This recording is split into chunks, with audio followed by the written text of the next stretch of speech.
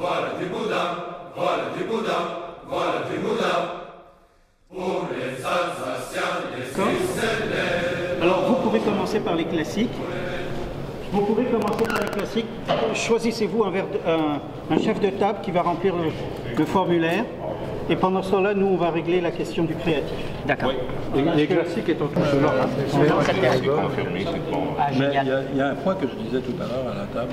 Tu peux avoir une réaction complètement différente à la cuisson avec l'effet de Maillard, qui va complètement changer. Et tu comprends ce que je veux dire?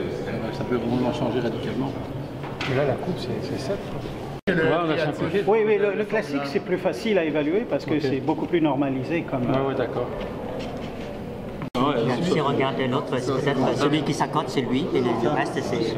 Lui, déjà, il sera mieux réparti. 7 ou 8, 7. Pour moi, tu vois, même le gras est plus fin. Oui, il est plus fin, on voit un peu plus. Il va avoir des points sur le travail. C'est difficile de trouver du bon boudin et c'est difficile aussi de savoir quels sont les artisans qui font du boudin maison. Il n'y a pas de base de données, il n'y a pas de corporation. Et donc, une grande partie du travail de démarrage a été d'identifier les commerçants, restaurateurs ou bouchers charcutiers qui faisaient leur propre boudin de sang de porc. Donc là, vous avez organisé ça, c'est la deuxième année cette année? C'est la deuxième année, la deuxième édition.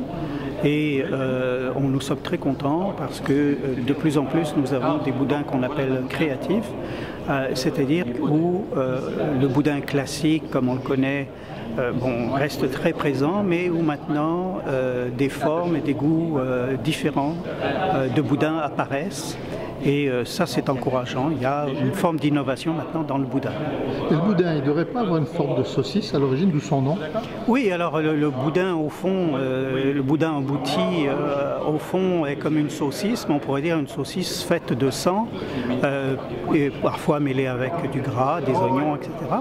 Mais fondamentalement, c'est du sang plutôt que de la graisse et seulement de la viande. Donc c'est le concept, on pourrait dire, c'est une saucisse spécialisée avec un appareil essentiellement fait à base de sang de porc. L'origine du boudin? Pourquoi Boucherville? Eh bien, écoutez, Pierre Boucher, qui a fondé la ville de Boucherville, était originaire d'un village, Mortagne-au-Perche. Et compte tenu de cette origine, Boucherville a été jumelé avec Mortagne-au-Perche, qui maintenant est véritablement la capitale du boudin, non seulement en France, mais en Europe. Ils reçoivent à peu près 600 échantillons de boudin à travers l'Europe chaque année. Et avec leur encouragement, eh bien, nous avons fait la même chose ici, pris l'initiative de faire le concours du meilleur boudin au Québec. Est-ce que le finaliste ici pourra aller se mesurer en France?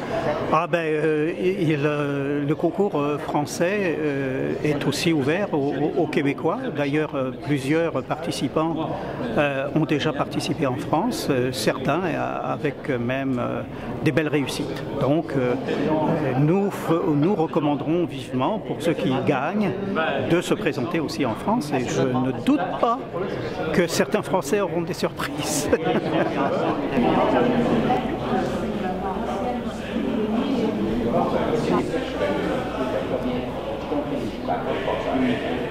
Nous, il faut qu'on arrive à convaincre du monde de se déplacer un samedi matin pour participer bénévolement à un concours où on reçoit, cette année on avait 38 échantillons de partout au Québec.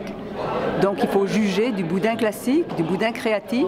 C'est extraordinaire comme expérience parce que notre but comme association, c'est de faire la promotion du boudin pour qu'il devienne un mets tendance.